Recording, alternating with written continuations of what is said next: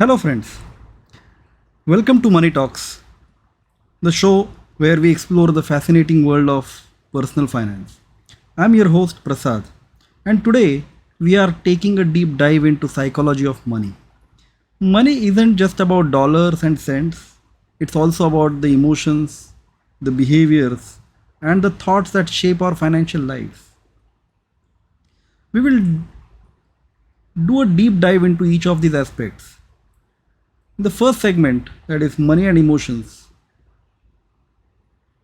we are going to learn how emotions make an impact on our financial decisions. Money is often more than just a medium of exchange.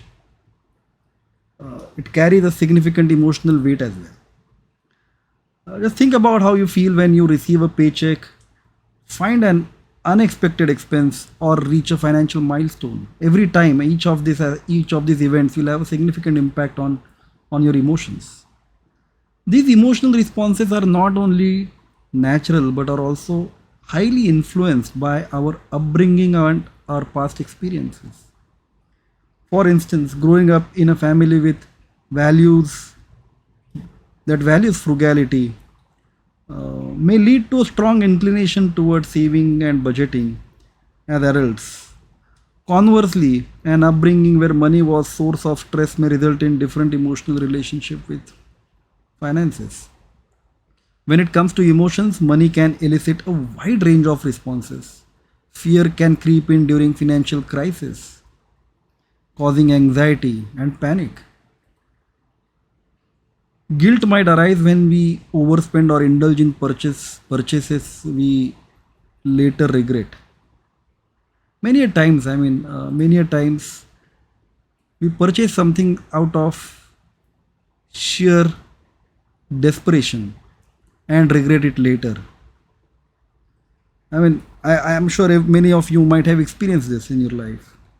On the other hand, financial achievements can bring immense joy and satisfaction. However, the relationship between money and happiness is more nuanced. Research suggests that while money can enhance well being up to a certain income level, but beyond that point, it tends to have diminishing returns on overall life satisfaction. And I say that again, money can enhance well being up to a certain income level, but beyond that point, it tends to have diminishing returns on overall life satisfaction, and which is true. Our financial decisions are often influenced by cognitive biases that can lead us down a path of irrationality and suboptimal choices. One common bias is loss aversion, the tendency to fear losses more than we value gains. We just don't take the risk that is necessary to earn more income, for example. Okay, because we fear that if we put money and the money, if we make incur losses, what will happen? Imagine a scenario where an investor watches their stock portfolio dip during the market downturn. Loss aversion may drive them to make impulsive decisions like selling their investments to avoid further losses, even if long term strategy would be more prudent. And this is something that we have observed in last 2 or 3 decades, since 90s maybe. Whenever the stock market has gone down, despite our belief and our long term strategy to stay invested, when the market goes down, mostly people start selling their investments. And vice versa, when the markets are going up, people start buying stocks, which is not a very rational behavior. The rational behavior would be when the market goes down, start buying, and when the market goes up, start selling, right? Confirmation bias is another influential cognitive shortcut. It involves seeking information that aligns with our existing beliefs while ignoring or downplaying contradictory data. So despite the fact that something is not right, we just try to believe or justify our beliefs, which seldom do not help us. For instance, when investors who are bullish on a particular stock may exclusively consume news and analysis that reaffirms their optimistic outlook, failing to consider the dissenting viewpoints. Just because I am invested in a particular stock, I feel and I always believe that this stock, nothing wrong is going to go with this stock. But if you are a rational investor, you need to have your eyes and ears open and filter, or rather evaluate all pieces of information in a very unbiased, prudent manner. Right? The third bias is overconfidence bias, a tendency to overestimate our ability to predict financial outcomes can also lead to poor choices. Traders who consistently outperform the market may start believing that their success is due to the skill rather than luck, leading them to take excessive risk. And we have seen that. Traders go beyond their means just because they had made profits in last 2, 3, 4, 5 trades. They feel that they will start making profits in every trade that they make, and they start incurring losses. Right? Recognizing these biases and their impact on financial decisions is absolutely crucial. Strategies like setting predefined investment rules, diversifying your portfolio, and importantly, seeking advice from knowledgeable people, objective sources. This will help you mitigate the influence of these biases and also lead to a more rational choice. The role of financial goals cannot be overemphasized. Financial goals provide us with the direction and motivation on our financial journey. They give purpose to our savings and spending decisions. However, setting clear and well defined financial goals is key to success. This is where the SMART criteria or the SMART framework comes into play. SMART stands for specific, measurable, achievable, relevant, and time bound. So these are, how should your goals be? They should be SMART goals. S stands for specific. You cannot have ambiguity creep into setting your goals. They have to be crystal clear. Very specific goal, short term specific goal, long term specific goal. I want to buy a car in next 12 months. That is very specific. I would make it more specific. I want to buy a Honda City in next 12 months. So this would be very specific goal. I want to buy a house in next 5 years. 2-bedroom house, maybe 3-bedroom house. That will make it very specific goal, and the period also is very well defined in that goal. They should be measurable. Anything that cannot be measured cannot be your goal, because if you cannot measure, you will not be able to track. If you are not able to track, you will never be able to improve. If you are never going to improve or track, you will never be able to achieve that. Right? So every goal has to be measurable so that you will be able to track, do proper evaluation at frequent intervals, review it, improvise, change course, decide on the next strategy. There are several things that will be able to, that you will be able to achieve if you have the goals that are measurable, achievable. Make sure that you are not unreasonable with your goals. Make them achievable. Make sure that you have the means to achieve those goals. Of course, there will be a little bit of stretch that you need to do with your means, but have rational assumptions while setting your goals. Make sure that the goals are achievable in the time frame that you have decided. You can of course stretch those time frames. You can be very ambitious. You can aspire for bigger and better and greater things, but always make sure that you would be able to achieve those goals. They have to be relevant. Don't make something very irrelevant. Relevance is very important when you are setting your goals. Anything that becomes irrelevant, or if it is not very relevant, then you tend to lose your focus, you tend to lose your energy, you tend to lose all the efforts that you put in. And once you lose your focus, you will never be able to achieve your goals. Because subconsciously, you will keep getting that message that the goals that you have set are not very relevant, right? And you would lose focus. Time bound. Every goal that you set, there has to be a time frame associated with that goal. Without a time frame, goals are meaningless. So these are the smart criteria or the smart framework, as we say, while you are setting your goals: specific, measurable, achievable, relevant, and time bound. Specific goals are precisely defined. They answer the questions of what, why, and how. The measurable goals allow you to track your progress. Achievable goals are realistic given your financial situation.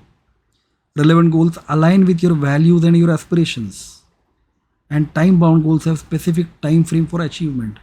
So everything is in that framework, so that there is nothing left for ambiguity. There is nothing left for chance. For an example, rather than setting a vague goal like save money, I mean that's a very cliched goal. Save money is a great goal, but again, how much to save, when to save, why to save, how to save, these questions remain answered. A smart goal might be save 10,000 every month for a down payment on a house within say 36 months. So this goal is very specific. Down payment, measurable, so 10,000 rupees every month. Achievable, considering your income and expenses maybe. Relevant, aligned with your desire to buy a house. And time bound, 24 months, 36 months, whatever the case may be. Again, when you are setting your goals, make sure that you are breaking down your larger goals into manageable steps for for getting to that success. You can have a 3-year, 4-year goal, but you should break it down into tiny time frames of maybe monthly, quarterly time frames, so that by the end of that period you have accumulated what you intend to accumulate or you intend to achieve.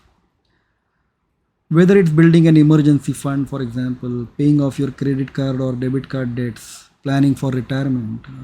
So these smaller actionable steps make achieving financial goals more attainable. You are focused on achieving what you intend to achieve. Those tiny achievements, tiny steps that you achieve will motivate you to reach your financial goals or long-term financial goals successfully. So those tiny steps are also very, very crucial, very relevant when you are setting those goals. Money management, again, mindful money management, if I may put it, it plays a significant role in achieving financial well-being. Mindful money management means making intentional choices with your finances, aligning your spending with your values and your long-term goals. One aspect of mindful spending is recognizing the difference between needs and wants. So, what are needs? They are the essential things that are required for your survival and for your well being. Needs are essential for your survival and for your well being, like food, shelter, clothing. Those are the basic needs. Wants, on the other hand, are discretionary expenses, things we desire but certainly can live without, right? So I would like to buy a Mercedes, for example, but I can live without a Mercedes. I can certainly live with maybe a Maruti car or a Mahindra car, right? So you can. So these are discretionary expenses. I mean, those things that you can live without, right? They are desires. So let's consider one scenario. So you have some extra money and you're deciding how to use it. So, mindful spending involves asking yourself whether you should allocate it towards dining out frequently or saving for your dream vacation. If experiences and travel align more closely with your values and long term goals, you might choose saving for your dream vacation, right? Delayed gratification is another example, another core principle of mindful money management. It involves delaying immediate reward for larger long term benefits. For instance, instead of giving into impulsive spending on small pleasures, you might choose to save that money towards a more significant future oriented goal. Many successful individuals attribute their financial accomplishments to this practice. I mean, tiny savings can lead to a great outcome, financial outcome as time passes, right? The power of compounding, uh, the power of averaging, and the power of consistency. I think if these three things come together, uh, you can have terrific financial wonders uh, that can happen in your life. And delayed gratification certainly is one of the most important of financial concepts that help many individuals achieve tremendous things in their lifetime, right? Let us talk about money and relationships as well. So they often intersect, and many times how we handle our finances can have a profound impact on in our partnerships, in our relationships, whether they are be it wife, family members, or friends. Effective communication and transparency about money are essential components of a healthy financial relationship. Open, honest discussions about financial goals, spending habits, and budgeting are very, very crucial. Avoiding financial secrets or surprises can prevent misunderstandings and conflicts. For example, imagine a couple where one partner has substantial credit card debt but hasn't disclosed it to the other. When this debt surfaces, it can strain trust and create a lot of tension in their lives. And trust me, I've seen many relationships breaking down due to this mistrust.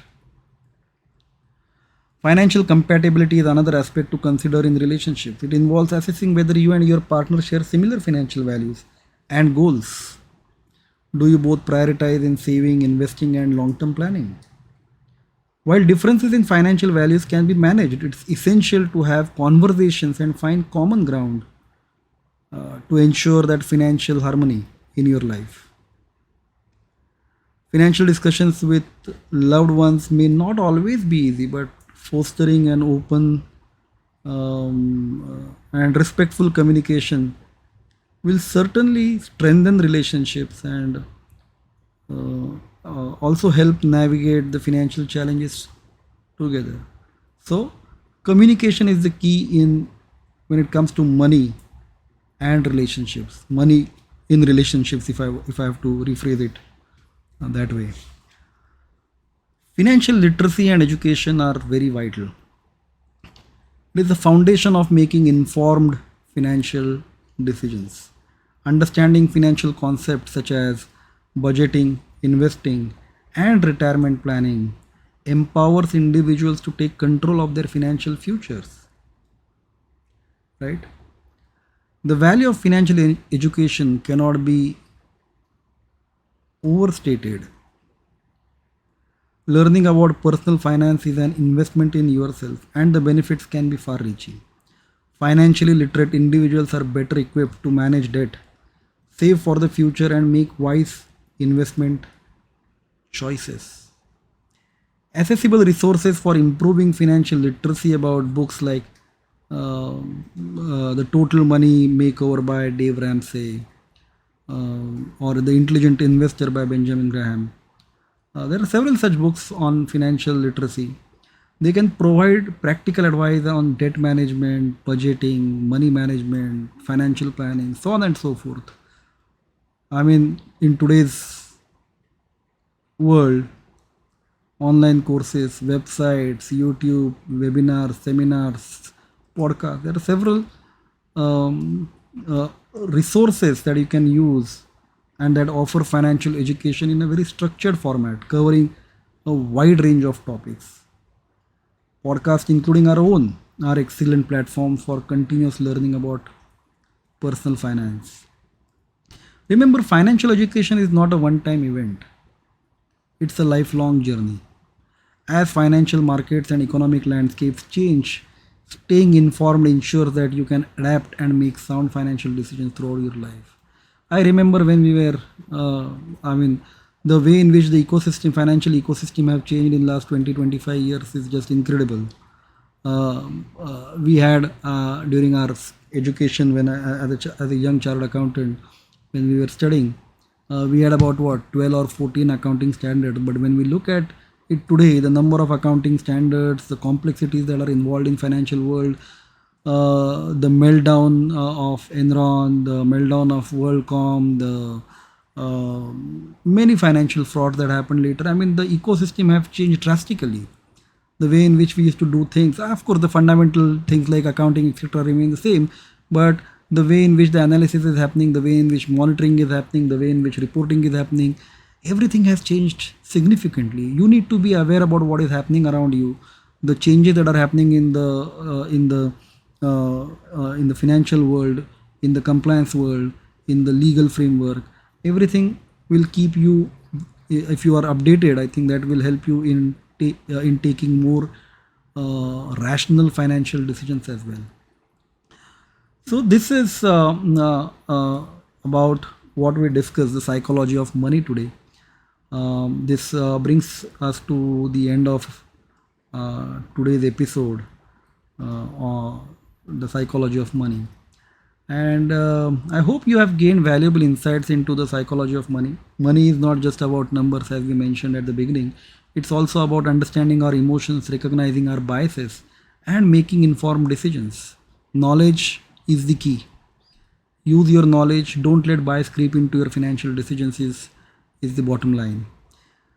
So if you have found this episode helpful, please do consider subscribing to Money Talks, and leaving a review would be great. We'd love to hear from you about the new topics that you would like us to talk about. Feel free to reach out with your questions, comments, or suggestions for future topics. Until next time, may your financial journey be guided by mindfulness, knowledge, and clarity. Thank you very much for joining us. See you in the next episode.